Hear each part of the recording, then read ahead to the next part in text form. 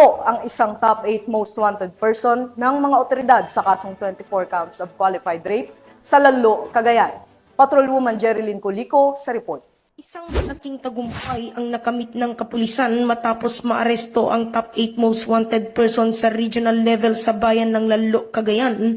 Ang naturang regional top 8 most wanted person ay kinilalang si Aka Victor, 38 taong gulang, may asawa, magsasaka at residente rin ng nabanggit na bayan.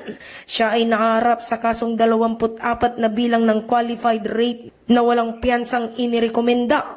Ang matagumpay na operasyon ay pinangunahan ng pinagsamang pwersa ng Lalo Police Station, 2nd Provincial Mobile Force Company at North Regional Intelligence Unit 2. Si Victor ay kasalukuyang nasa kustodiya ng Lalo Police Station para sa karagdagang dokumentasyon bago ang turnover nito sa korteng kinauukulan. Pinuri ng Provincial Director Police Colonel Mardito Angulwan ang dedikasyon at profesionalismo ng mga operatiba sa matagumpay na operasyon.